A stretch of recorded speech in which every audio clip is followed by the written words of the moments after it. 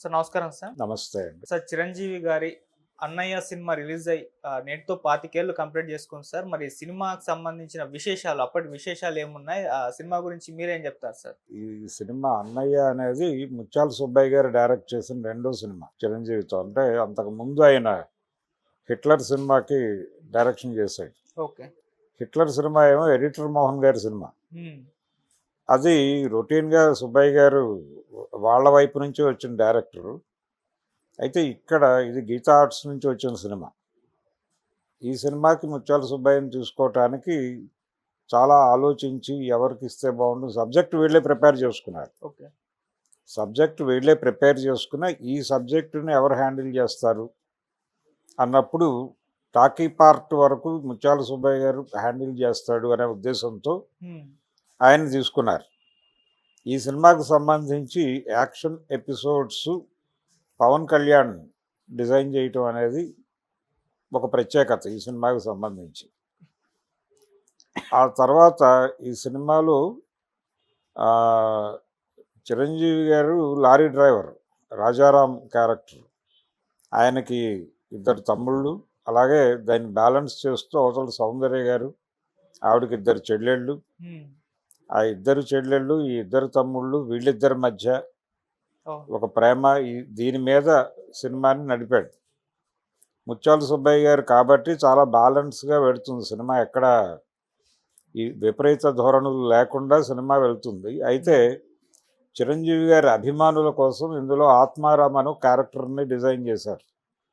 ఇదంతా కూడా సత్యానంద్ గారు వీళ్ళ కృషి, వీళ్ళ క్రియేషన్. ఆత్మారాం క్యారెక్టర్ అనేది బాగా పేలింది ఆ సినిమా రిలీజ్ అయిన టైంలో. కొంచెం టిపికల్గా ఉండి ఆ గెటప్ అదంతా కూడా అప్పటి యూత్ని కనెక్ట్ చేసే పద్ధతిలో గెటప్ వాడి, దాదాపు దాన్నే చాలా కాలం తర్వాత, అంటే 28 ఏళ్ళు అయిపోయింది అంటున్నాం మనం. 28 ఏళ్ల తర్వాత ఆ రాజారాం ఆత్మారాం అనేటువంటి క్యారెక్టర్ని తీసుకుని కంట్రీ డిలైట్ కోసం ఒక యాడ్ చేశారు హరీష్ శంకర్. ఓకే. ఆ యాడ్ వెనకాల ఉన్న ప్రభావం కూడా ఇదే. అన్నయ్య సినిమాలో వాడినటువంటి రాజారాం ఆత్మారాం క్యారెక్టర్లే. ఇది బాగా వర్కౌట్ అయింది ఈ కాంబినేషన్ అనేది. తర్వాత దీనిలో సిమ్రాన్తో చేసినటువంటి పాట ఒకటి హ్మ్. విపరీతంగా వర్కౌట్ అయింది. ఆ పాట లుంగీ గట్టి డ్యాన్స్ చేయించటం.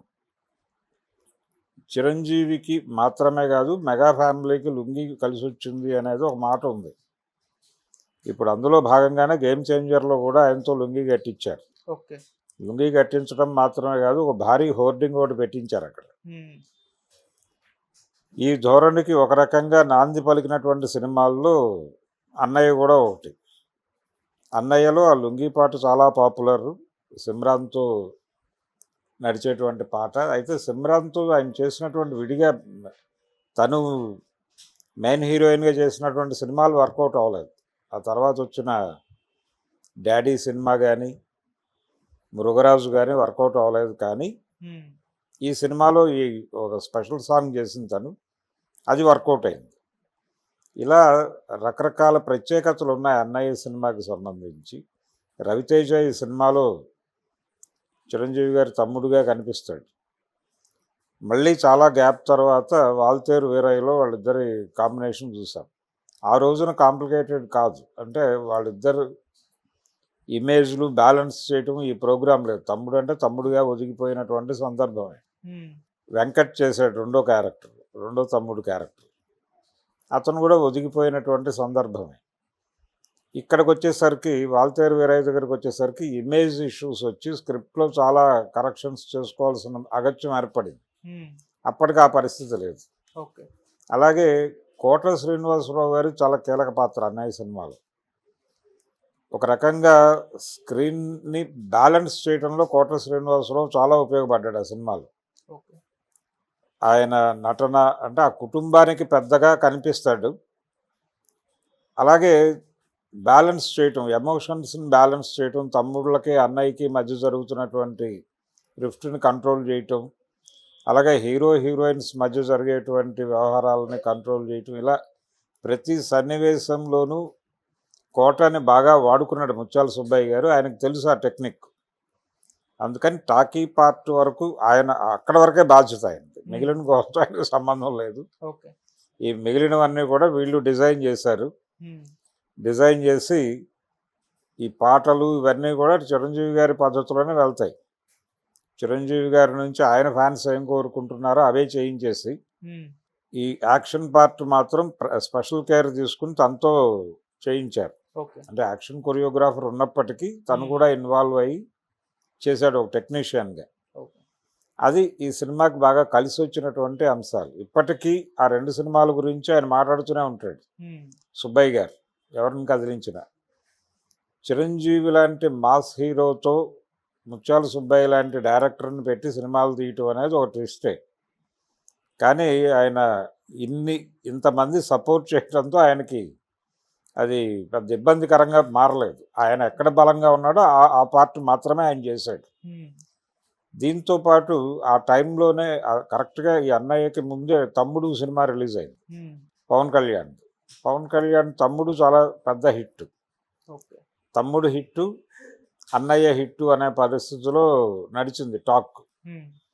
పైగా ఈ 2 సినిమాలు కూడా ప్యారలల్గా దాదాపు ఒకే థియేటర్స్లో పడినటువంటి వాతావరణం. దాంతో దాన్ని బీట్ చేస్తుందా ఈ సినిమా, ఇలాంటి స్పెక్యులేషన్స్ కూడా నడిచినాయి. అలా అన్నయ్య సినిమా అనేది చిరంజీవి గారి కెరియర్ అప్పుడు మంచి పీక్స్లో ఉన్నాడు ఆయన, వరుస హిట్స్లో ఉన్నాడు. సౌందర్యకి చిరంజీవి గారికి మధ్య 2 క్యారెక్టర్ల మధ్య ఉండేటువంటి రిఫ్ట్ ఉంటుంది, అది బాగా వర్కౌట్ అయింది జనాల్లో. అది కొంచెం చూడటానికి బాగుండటం మాత్రమే కాదు, ఎంటర్టైనింగ్గా నడిచింది. అది కూడా ఈ సినిమా సక్సెస్కి కారణమే. ఆ 2 క్యారెక్టర్లను వాళ్ళు చాలా బాగా పెర్ఫామ్ చేశారు, ఇద్దరు ఓన్ చేసుకున్నారు క్యారెక్టర్ని. చిరంజీవి గారు ఎలాగూ తన సహజ ధోరణిలో ఆయన మంచి comedy timing Chiranjeevi. Okay. Comedy చాలా బాగా చేయగలడు, ఎంటర్టైనింగ్ హీరోయిజం ఆయన మీద బాగా వర్కౌట్ అవుతుంది. అది వన్ ఆఫ్ ది, అంటే ఆయన సక్సెస్ దీనిలో అదొక ఎలిమెంట్. అది ఈ సినిమాలో బాగా వాడుకున్నారు దాన్ని. అలాగే సౌందర్య దగ్గర ఆత్మాభిమానాన్ని వ్యక్తపరిచేటువంటి ఎక్స్ప్రెషన్స్ బాగా పలుకుతాయి, దాన్ని వాడుకున్నారు.